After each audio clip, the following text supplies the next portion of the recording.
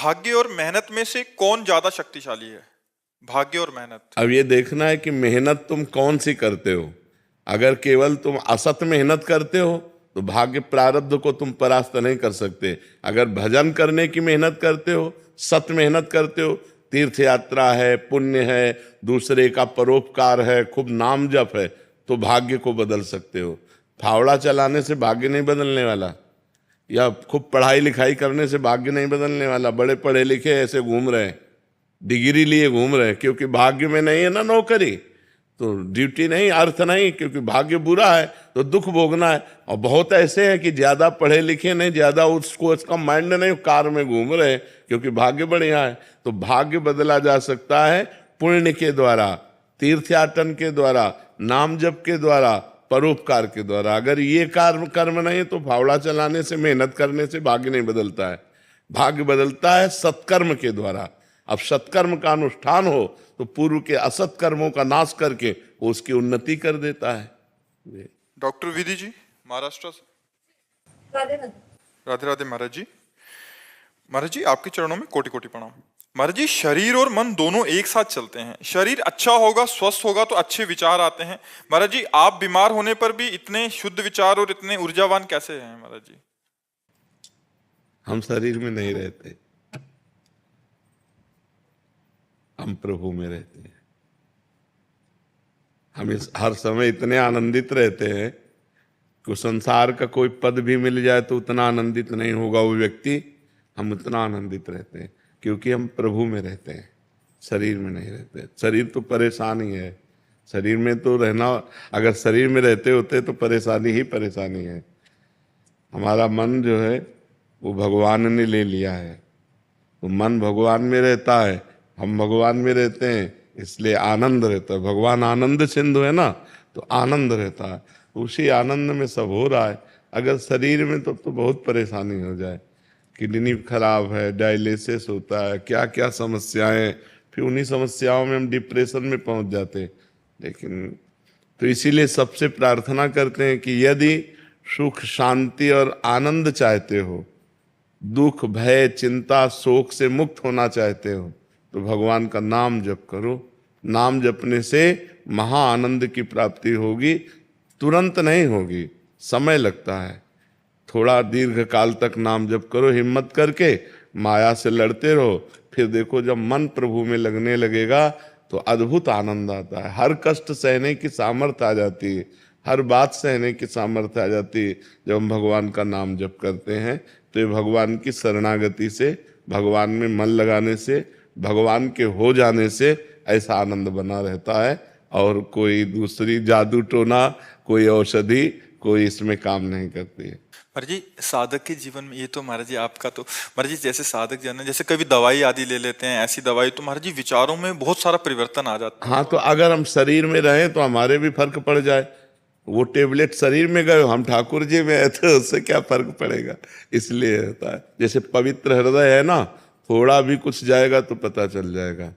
थोड़ा भी अगर हम जैसे अभी इसमें भाव जनरल आदमियों का कर लें तो एक एक आदमी का प्रभाव हमारे ऊपर पड़ेगा। और जब हम पहले ही भाव किए मेरे भगवान इस रूप में आए हैं तो कोई प्रभाव नहीं पड़ेगा।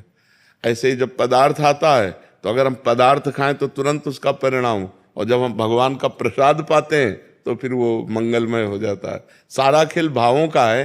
तो जितना नाम जप करोगे हृदय पवित्र होगा, उतने घृणित वस्तुएं, अपवित्र वस्तुएं से आपका मन हट जाएगा। देखो लोग कितने गंदे विचार वाले बन जाते हैं, कितना गंदा मन हो गया, अपने पूज्य माता पिता को मार देते हैं। तो ये शराब पीना, मांस खाना, ये सब गंदी बुद्धि अपवित्र हो गई। तो राक्षसी बुद्धि, वो जो मन भावे सो कर रही है। तो हमें लगता है कि हमें पहले खान पान सुधारना चाहिए, नाम जप करना चाहिए, पवित्र आचरण करना चाहिए, तब हमारी आध्यात्मिक उन्नति हो, तब हमारी लौकिक आनंद प्राप्त हो। कर्नल राकेश कुमार वर्मा जी। महाराज जी राधे राधे। महाराज जी, 2 साल से आपका शरणागत हूँ, आपके कहे वचनों के अनुसार चलने का प्रयत्न कर रहा हूँ। आपके कहने के अनुसार 12 साल अगर लगातार साधक प्रयत्न से भजन करे तो भगवत प्राप्ति हो जाती है। मगर महाराज जी, तृष्णा से तितिक्षा का मार्ग ही इतना कठिन लग रहा है कि उपरति कब होगी कुछ कह ही नहीं सकते। महाराज जी, 12 साल ऐसा बड़ा समय अपने लग को रहा है। गारंटी नहीं कि 12 साल जिएंगे। हाँ, तो अपने को चाहिए, हमको ये धारणा बनानी नहीं है, हमें सिद्ध होना ही नहीं है।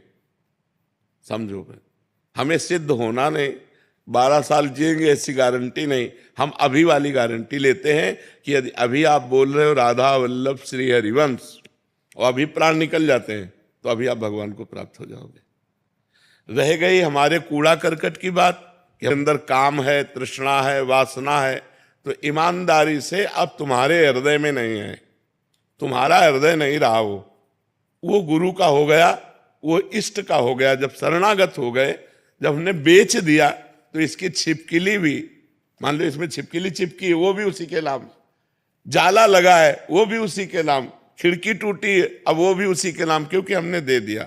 तो हमने अपने आप को भगवान के हवाले कर दिया। अब हमारे अंदर जो काम है, क्रोध है, लोभ है, मोह है, मद है, ये सब उनका है। अब मुझे केवल एक बात कि भगवान का विस्मरण न हो, बस, ये सब कुछ भगवान का है।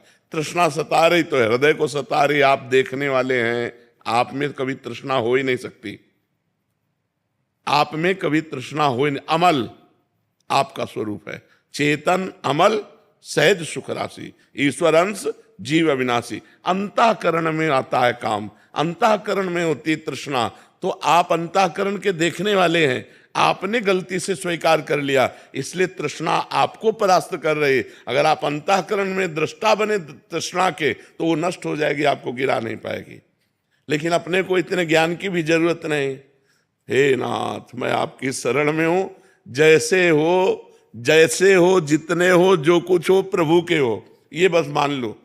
जो हर समय प्रभु की कृपा का चिंतन करता रहता है, आए हुए सुख दुख को समान भाव से भोग लेता है, मन वचन कर्म से प्रभु की शरणागति का स्मरण करता है, वो भगवान के परम पद का ऐसा अधिकारी हो जाता है जैसे बाप की प्रॉपर्टी पर पुत्र का स्वयं अधिकार हो जाता है।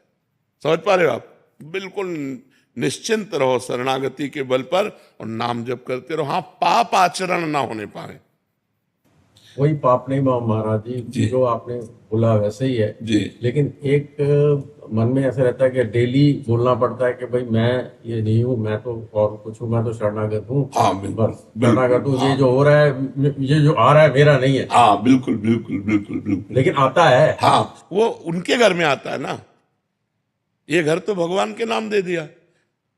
काम भगवान का पुत्र है, श्री कृष्ण के पुत्र प्रद्युम्न कामावतार है ना भैया, उन्हीं के लड़का बच्चा घर नहीं आएंगे तो और क्या करेंगे। अपने को चिंता नहीं कर ली, मस्त रहो भगवान की शरणागति में। हाँ, जब गलत कार्य की बात आवे तब उस समय की नहीं, हे भगवान आपने निषेध किया है, ये नहीं होना चाहिए, आपके दास से गलत नहीं होना चाहिए। प्रभु अगर गलत होने जा रहा है तो संभालो, आप हमें रोको, आप सर्व सामर्थ्यशाली हो। बहुत लड़ाई भी होती है ना प्रभु से, यही लड़ाई रोज हो रही है। हमने बैठ के यही लड़ाई। हाँ, अंदर अंदर उनसे लड़ते और कहते अब तुम्हारे सिवा है नहीं कोई, इसलिए लड़ेंगे भी आपसे और प्यार भी आपसे करेंगे। तो ये बात है, मस्त रहे एकदम। हाँ। और एक गुप्त बात बताएं, जैसे बहुत पुराना वृक्ष हो, जैसे बरगद का है, पीपल का है, और उखाड़ के वायु गिरा दे तो महीनों हरा भरा रहता है, लेकिन जड़ उसकी उखड़ चुकी है। ऐसे ही अनंत काल से हम कामादि के वशीभूत रहे हैं, इनकी जड़ तो उखड़ गई है क्योंकि हम शरणागत हो गए, लेकिन ऊपर से हरे भरे दिखाई दे रहे हैं, अब उनमें जड़ नहीं रह गई। अब समय लगेगा सूखने में, और जहां सूख गए तो निर्विकार हो जाओगे। काम क्रोध मद मान न मोहा, लोभ न क्षोभ राग नहीं द्रोहा, ऐसा हृदय हो जाएगा। बस बहुत लंबे समय तक ये लड़ाई लड़नी होती है। ये लड़ाई ऐसी नहीं कि 2 4 6 दिन में ऐसे हट जाए, बहुत लंबे समय तक। वो भगवान कृपा करे तो मिनट में हो जाए, ये भी बात है। हाँ, वही कह रहे, भगवान कृपा करे तो मिनट में हो जाए, नहीं तो बहुत लंबे समय। हमको केवल एक बात पकड़े रहना है कि राधा राधा ना छूटने पावे।